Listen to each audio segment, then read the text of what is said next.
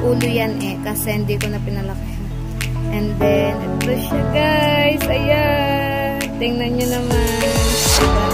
Tuwang-tuwa si Gemma nung niloko ko siya pagdating ko Pinakita ko lang sa kanya to, tapos hinanap niya. Tuwang-tuwa siya nung nakita niya yan. Oh my god guys, it's a boy na. So, tama na ang dalawa. Kasi may babae lalaki na tayo.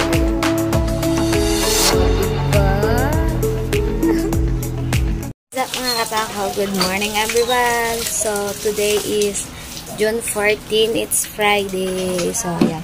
Maaga tayo nagising at maaga din tayo naligo kasi may pupuntahan tayong appointment ngayon. Say appointment!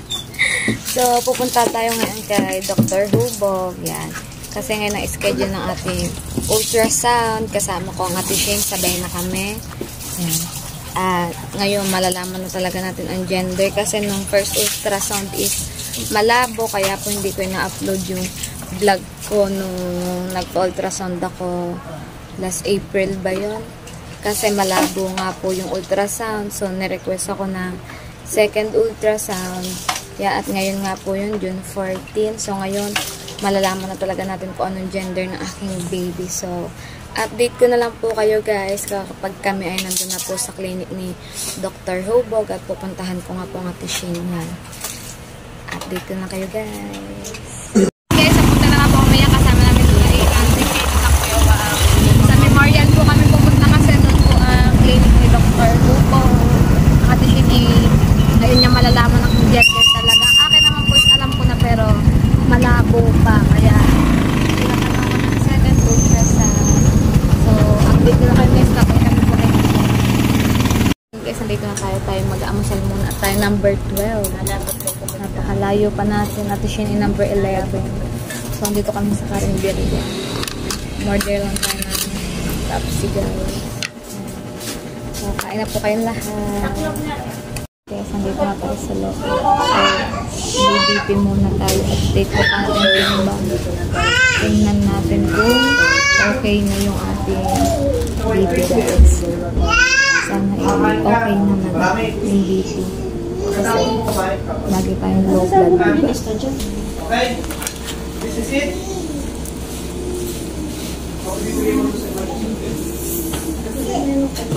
Okay, good luck. Si Ma'am Atienza, Hazel. Mother, yung may galing dyan, Ma'am. Galing ka dyan mo kanina. Sit down mo muna kayo. 80, 60. Atienza. Baba na naman. Magkasama ka naman. 500 lang po, sir. Okay lang naman. Guys, punta tayo dito sa may laboratory kasi kailangan natin magpatis ng ihi. Ayan. Papatis muna tayo ng ihi. Nakaihi na tayo. Nandilo na ihi natin. So, ipapacheck natin yung ating ihi. Required pala talaga pag sa private na ka-OB na i-test yung iyong urine. So, maganda din yun. Kasi nung unang ko is may UTI ako guys. Pero ngayon dito natin kung wala na ba. So, update ko na lang ulit kayo guys kapag tayo ay ultrasound ni Dr. Hubog. Nandito na nga po tayo sa bahay. So, hindi po tayo nakapag-vlog doon sa clinic ng Dr. Hubog kasi bawal daw po mag-video. So, hindi po natin na-videohan yung ating pagpapa-ultrasound kanina. Yan, nakiusap na nga po tayo na baka po pwede po mag-video kaso bawal nga daw po. So guys, ito na pinakahihintay nating lahat. Ito na ang result ng ating ultrasound. Pero, ano po, tayo ay medyo may ano tayo ngayon. Kasi, pinatest din, di ba po pinatest natin yung ihi natin. So, yung result po is sobrang taas po ng aking UTI. Kaya po pala lagi po nasakit yung puson ko and then yung balakang ko nagtutugon po talaga siya is sobrang taas po pala talaga ng UTI ko. Yan. Naresetahan nga po tayo ng gamot po amoxiclav. Kaso po, hindi ko po siya nabili. Gawa ng ang mahal po niya, 60 pesos po isa. Tapos 2 times a day ko po siya iinumin for 1 week. Hindi ko po siya nabili kasi inuna ko po bilhin is yung vitamins po. Yan, yung resetang vitamins good for 1 month na po to. Magkano ba siya? 750 po. 850. 850 tong gamot na vitamins ating good for 1 month. 850 na po siya. Tapos yung bayad pa nga po natin sa ultrasound na 700. Kaya po hindi ko po nabili yung reseta sa akin. Ito po yung reseta sa atin na yan sa UTI. Guys. Kasi sobrang taas talaga daw po na UTI ko. So pinala ko siguro po ay magwa-water therapy na lang po ako. And then yung ano po, buko na laang po ang ating iinumin.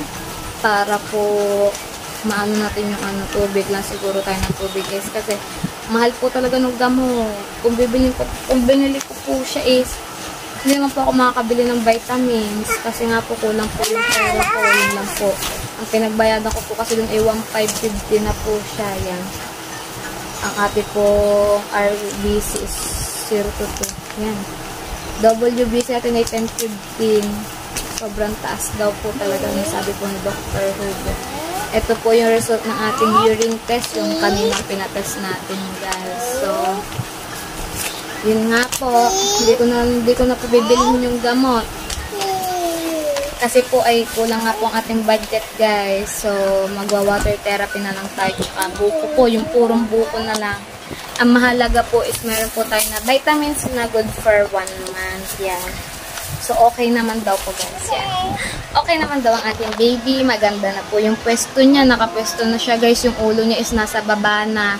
And then, mataas daw po yung inunan at okay naman po yung aking panubigan. So, maganda daw po yun. And then, aking pong due date is August 27. Pero sabi po ni Dr. Hubog ay pwede na daw po ako mga ng mga August 6 pataas. Yan. Obserbahan na po namin. August 6 pataas, pwede na daw po ako mga anak. Pero ang due date ko po talaga is August 27.